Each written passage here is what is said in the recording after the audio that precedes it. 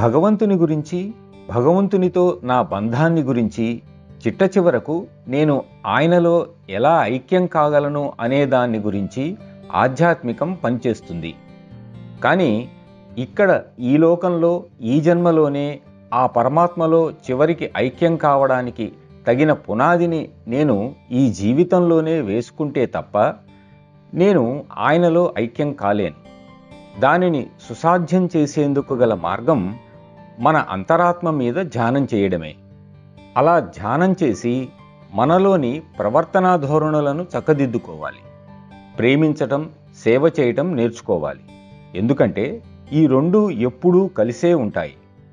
ప్రేమించని దానికి నీవు సేవ చేయలేవు, సేవ చేయని దానిని నీవు ప్రేమించలేవు. ఆధ్యాత్మికం అంటే క్లుప్తంగా ఇదే. నేను చెప్పిన దానిలో కొంతైనా మీ హృదయంలోకి ఎక్కి ఉంటుందని, అది మీ జీవితాంతం వరకు మీకు సహాయపడుతుందని ఆశిస్తూ ప్రార్థిస్తున్నాను.